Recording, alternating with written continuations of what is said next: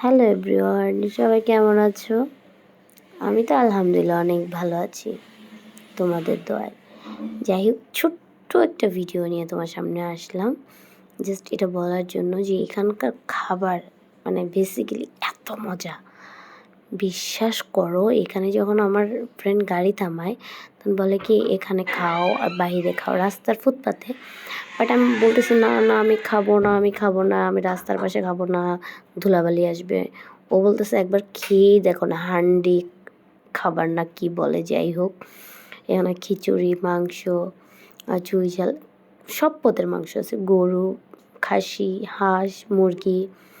So আমি বলছি প্রথমে খাবো না, পরে ও আমাকে দেখাচ্ছে দেখো এখানকার খাবার রাত 2টা 3টা পর্যন্ত থাকে, অনেক মজা, আমি খেয়েছি, তুমি একবার ট্রাই করো। তো কী আর করার, নাসার বান্দা আমাকে খাইয়ে ছাড়বে। তো আমি বলতেছি এখন কোথায় বসবো, কোথায় হাত দেবো, বলতেছে বসো, কিচ্ছু হবে না।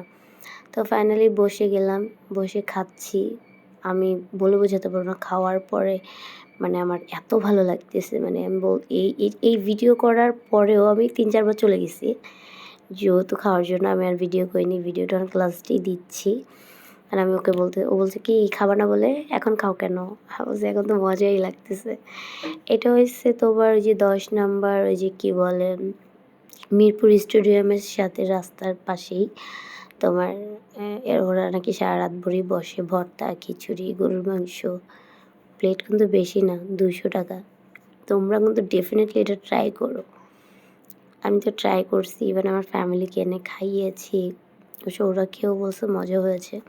আমার ফ্রেন্ড এখন বলে মজা মজা। আমি খাচ্ছি আর ও আমার ভিডিও করছে। তো ও কোথায় কোথায় কোন জায়গায় কোন খাবার আছে সেটা খুঁজে বের করবে, তারপর দেন আমাকে নিয়ে যাবে। আমি তো খাবোই না ফার্স্টে, তাও খেতে খেতে লিপস্টিকও চলে গেছে আমার।